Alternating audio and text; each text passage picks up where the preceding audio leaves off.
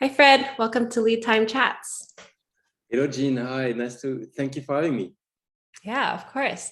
So today we're going to be talking about setting up a globally distributed team for success. And Fred, I know you're the co-founder of Platform.sh, where the team has been globally distributed for many years now, about almost the entire duration of the company. Maybe to start, could you just tell me a little bit about your team setup? Like, where are people located? Yeah, no, absolutely. I think this is distributed teams are a big trend today. After COVID, it's became the norm pretty much. What's special about us is we started way earlier. Back in 2015, when we created the company in the first place, we very quickly we realized that this would be the best setup for the company and for the team. And fast forward from 2015, now it's 350 of us, more or less. And the team operates from 38 different countries and from 250 cities. So, Wow. The default setup for the team really is working from home. We still have a small office space in Paris, France, where the company is headquartered. And some team members go to shared office spaces, but most of the time, it's really the default is working from home. And we tend to recruit people without too much of a geographic bias, in the sense that we can actually just take talents where they are. I would say overall, but we get into more details, I guess, in this conversation, Jean. But yeah, pretty much we're agnostic in terms of geographies. Yeah, I mean, you mentioned that it has become the default, but I think a lot of times when people say fully remote, they often mean like fully remote in this narrow set of time zones. Like currently range is remote US, right? And so that's like 3 time zones. Or I had another lead time chat with the folks at Linear who are like remote US and then Europe. And so they have 2 kind of like buckets of time zones, and then they try not to hire outside of that. So I think it is unique that Platform.sh is like really agnostic of where anyone is located in their hiring. Yeah, you're right. We push that to another layer or level. But yeah, it's reason for that is we really are a global business, and we've got customers in 40 plus countries, and it's to serve them, it makes sense to have people across the world. Actually, when I say we're geographic agnostic, it's not exactly true, or at least true for every team. If we want to double click on that for a second, we are not geographic agnostic for salespeople or for customer people. For that, we actually are specific on the geographies where we recruit. And we're also trying to stick now to a 2 time zones max sort of policy for our product and engineering teams. I see. Yeah, I mean, 2 time zones, that's completely manageable.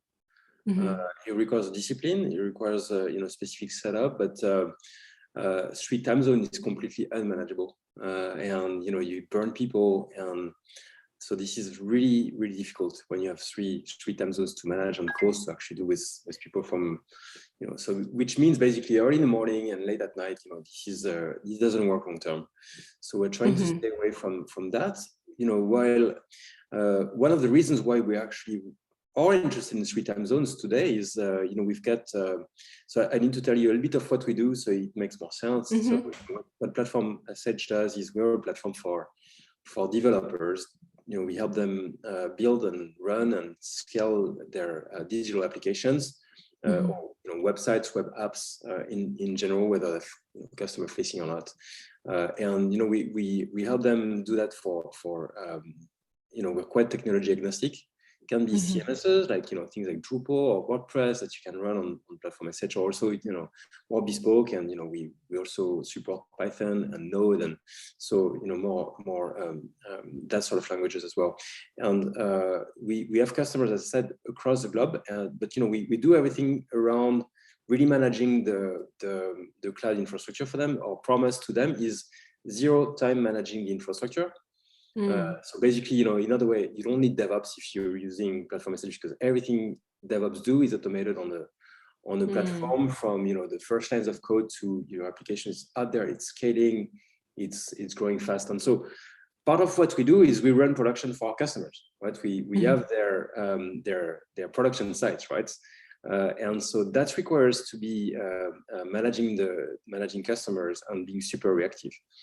And that was one of the motivation into doing a 3 time zone approach, which is, there's always somebody that is out there, office time, and wake up anybody, because a half awake engineer is not as performing as half awake engineers putting out production fires for other companies sounds like not a good combination. That's not a good idea. Sometimes you have to do that, but if you can avoid and have people at office hours, this is better. And so we've got this 24/7 like follow the sun approach on support, and support for us is a big deal. We've got 50 people on a team of 350. We get at least 50 people in support, really just managing customers and responding to tickets, and just being reactive to requests from customers. And so that team works at office hours all the time, and it just rotates. And this is actually a very smooth process. This works really well for us, and it scales well as well. So that was one of the motivation of being 3 time zones. For smaller teams, we're trying to stick to 2 time zones. When you say 2 time zones, do you mean like, for instance, I guess what does that look like? Yeah, that's for instance, US and Europe, right? Oh, okay, so 2 kind of buckets. Exactly. What we do is we have initiatives in our product organization. We work with what we call initiatives. An initiative is a theme. For instance, at Platform.sh, we have observability is one initiative. And then, what we call core, which is, really the thing that are close to the foundation, to the Linux kernel, that's the core team. And we've got another initiative, which is, all the integrations. And those teams, we're trying to stick them to 2 time zones. Sometimes we have exceptions, but we're trying to stick them to 2 time zones. So it's actually easier for them to manage. Got it. So you could have one product and engineering team that's US and Asia, but you wouldn't have, or US and Europe, but not US, Europe, and Asia, because then it would just be hard to find any time. That's again, sometimes we have exceptions, but we're trying to stick to that 2 time zones max rule today. And that is true also for marketing, and for a lot of functions like, finance also, we're trying to stick to 2 time zones for most of the teams, so it remains manageable. And you mentioned, sorry, just to finish up on that, everybody's playing the game in the sense that if you work in Europe and you work with a US counterpart, then you probably will adjust your hours to slightly later in the day, while US would actually wake up earlier, and so there's a bigger time to synchronize and to have conversations, and then everybody's actually working asynchronous. But that's that time frame where both teams are up and able to communicate. This is what we're trying to optimize for. Right. I want to talk more about that, but I guess really quickly, you mentioned it depends on the function. So sales, you do hire to specific. Is it specific, like the people need to go into the office, or what's the difference between the functions? No, they just need to be on the time zone where their customers operate. Oh, got it. Okay, so if you're hiring a salesperson for this area, they need to be. Yeah. So for instance, you want to, if you're recruiting somebody in sales for Germany, you want that person to be in Germany. I mean, that's cool. It was not necessarily obvious. At some point we had a little bit more flexibility. It just creates friction for no reason. And same for customer success or pre-sales. We're trying to affect them to a region because cultural gaps are smaller, or there's no cultural. I mean, it's good to have Germans talk to Germans. It's good to have US people talk to US people. It just makes things easier. We're trying to stick to that rule for the go-to-market team. That's what makes most sense. Yeah, even though you are hiring and building a globally distributed team, it seems like there is a lot of intentionality and guardrails in terms of how to build the teams, how to optimize for synchronous time on teams. Even so, with across like 2 time zone buckets, I imagine you have, maybe at most a few hours of synchronous time. So you have to be really intentional about how to spend it. Do you have any, as a team, do you have any guidelines on like, what do you spend that synchronous time for versus moving to async tools? Yeah, absolutely. I think you're right. We're trying to optimize for that asynchronous versus synchronous time. Just get the right balance between the two. And what really helps is make sure that synchronous time is used to just communicate, troubleshoot, coordinate, make sure that people are in line with targets and objectives. So this is the time where people want to talk, and a lot of time it's via Zoom and video calls. We use Google Meet same way, but so yeah, I think that time is really reserved for that sort of interactions. We do a lot of stand-up meetings, things like that. They have sort of there's a lot of flexibility on how they want to do that, but yes, it's time for synchronous time. Now we're also trying to make things as asynchronous as possible, and it starts with, for instance, recording meetings for people that cannot attend. That's a great practice. We encourage that a lot. For instance, as well, the way people use Slack. Slack is very vastly used in Platform.sh. It's actually also quite well integrated with everything else. With our Zendesk, with our GitLab, with all the things that we need. It's well integrated within within Slack. So Slack is kind of the UI of the company somehow, and we also have clear good practices on how to use Slack. One simple example: you don't go to Slack and say hi and wait. Just not the right place, not the right way to do it. If you have a question, you say hi, then you ask your question, and then you hit enter, and this answer may come, within minutes. It may come within hours. It's okay. You don't expect people to just be. So Slack is a explicitly async tool. It is. Like there's no expectation of it being a real-time chat. Nope, not at all. Zero. And that's super important. And that's not how all organizations use Slack. I think this is the best way to use Slack efficiently, to be honest. It's not a chat service. It's really good for asynchronous and for conversations. And sometimes you're live and that's fine, but it's important to set the mindset of people and actually to train them. People that we onboard, we train them on how to use the tools, and it's an important part of the training. Are there other async tools that are important to your team processes? Yeah, of course. Yeah, we have a block system. I'm not sure exactly what technology it is. It's actually, we call it async internally. And it might be the name of the software. I'm not even sure, I have to say. It's a block system. So, we can communicate on Teams and decide which distribution list it goes to. It's available for everybody. This is actually better if we want to keep something for the, as part of the structure. Also, we of course have playbooks, and we're trying to be, managing knowledge in a way that is accessible for everybody, that highlights the right things for people who need them.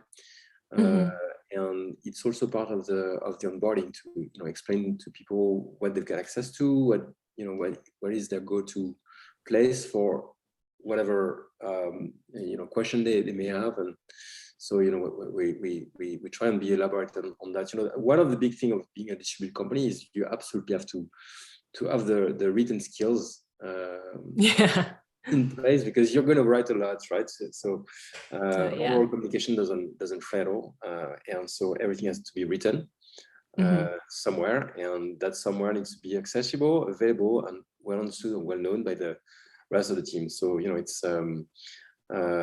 it's one of those things that you really want to nail down when building a distributed company very early on.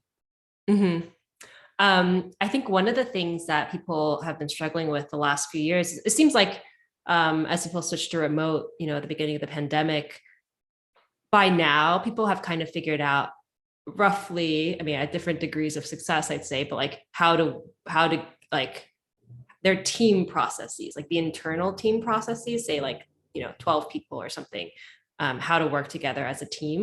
But I think a lot of the kind of inter-team or the kind of like company identity, I think is something that people struggle with because, you imagine one team is US, Europe, another team is Europe, Asia, right? Like those Asia and US people are never going to maybe be in the same meetings, or they're like the way they have oriented their work and life is just like not overlapping. So I guess what are some ways you found to be successful in like creating that, platform SH identity and cohesion?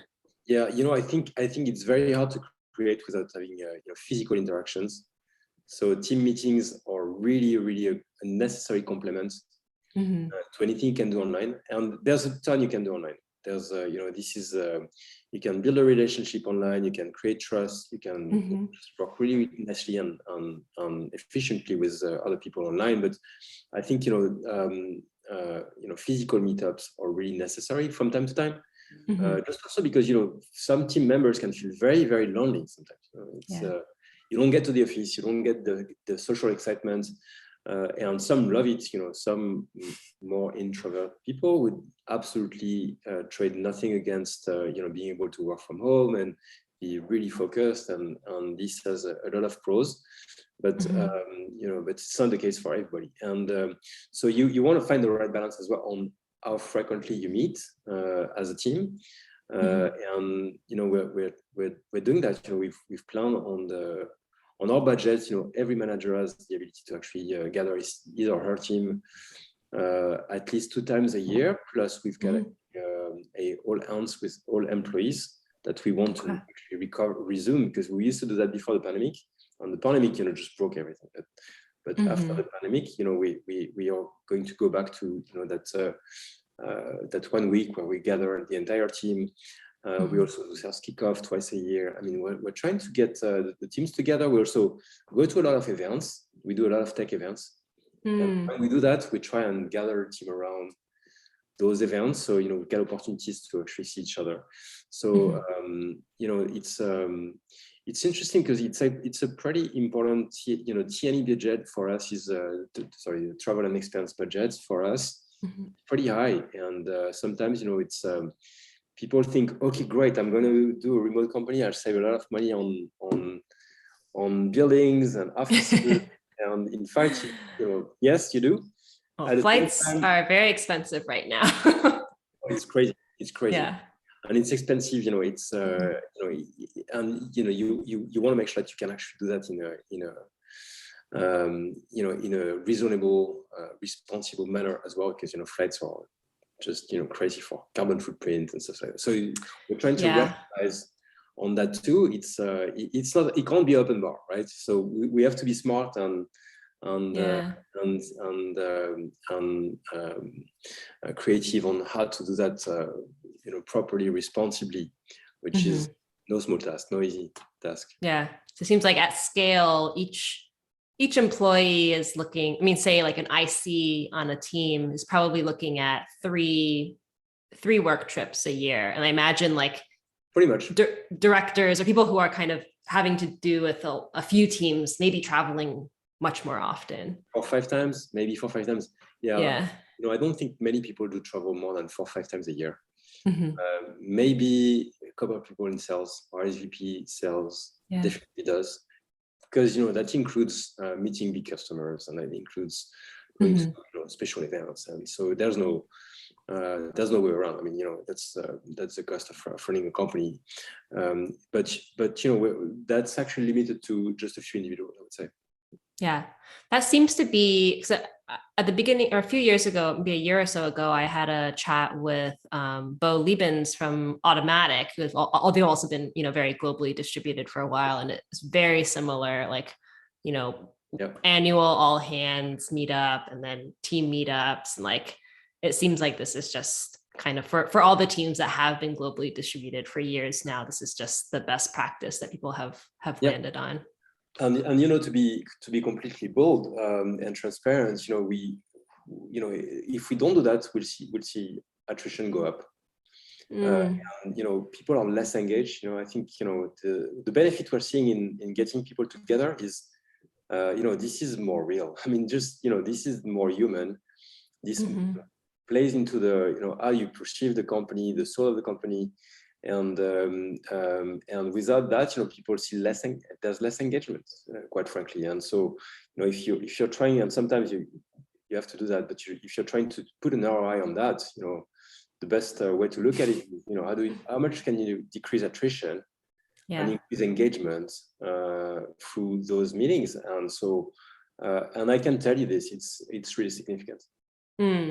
So range is still quite small, but we're having our first offsite in quite a long time next month. And so I feel like I know my coworkers pretty well, even the ones I haven't met in person, but I'm sure after we hang out, it'll feel different. Different vibes. It's so much better for the chit chat, and I mean, Zoom is not a good place to actually chit chat, and it's just like too much of it every day, and you don't feel like you're going to spend going out for a drink or coffee or lunch, or this is a different different vibes, different pace, and you open up in a way that you couldn't do so well online. So absolutely, it makes a difference. Well, I think you've spoken to this a little bit, but when people hear that a company is fully remote and globally distributed, they think, oh, I can just work whenever I want, right? It feels like it's just like full on flexibility, do your work whenever you want. But it sounds like that's not quite the reality. And there are parts that are very flexible and there are parts that are quite inflexible. Maybe you could speak a little bit to that. No, I think the part which is inflexible is obviously the synchronous part of the day, where you can't get around the time zone constraints. And so that's when you need to be available for the team, whether you're a contributor or you're a manager. This is the time where you spend time with the team, and it's several hours in a day. But for the rest, then things are flexible. If you get a dentist appointment, it's not a problem at all. And very few things are a problem, actually. If you want to work at night or work in the morning, it doesn't change anything for the company as long as the work is done. I think what we're expecting from our team members is show up when there's meetings, show up on time, report on your work, and be specific on what you're doing, and be reactive when you're blocked. Let your manager know, and if you need help, just raise your hand. And I think it's being communicative is requested. And just be proactive as well. Show up on Slack. Just talk to people. Just being transparent is not a good thing for anybody. And you wanna be out there. And sometimes if you can help. We have one of the value of Platform.sh is we care for each other. And it can sound a little cheesy. It really is important for us to say, okay, if your team is about supporting your colleagues and supporting your coworkers, so we couldn't find a better way to actually phrase it than caring for each other, in the sense of being supportive, being showing solidarity when there's I don't know, something happening with a customer that needs people to be reactive, or people at a loss. Just like being out there and trying to be helpful is something we expect as well. So it's not formalized in a way, but it's very appreciated. When people actually just spend some time just helping coworkers, figuring out problems, suggesting ideas. We love it, and we reward it in a way as well.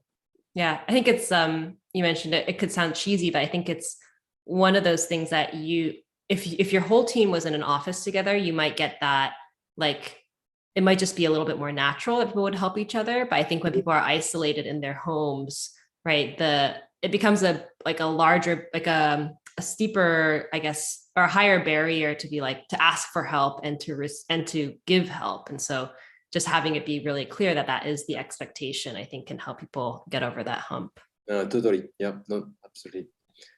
100% agree. Cool. Well, thank you so much, Fred. I think this will be useful for folks who are maybe already working distributed, or maybe thinking about adding more time zones and thinking about how to structure their teams in that way, or or maybe thinking about hiring, their first person that's not maybe in the same time zone area. Perfect. Thanks very much, Jean, for taking the time to talk to me. It was a pleasure. Yeah, you too.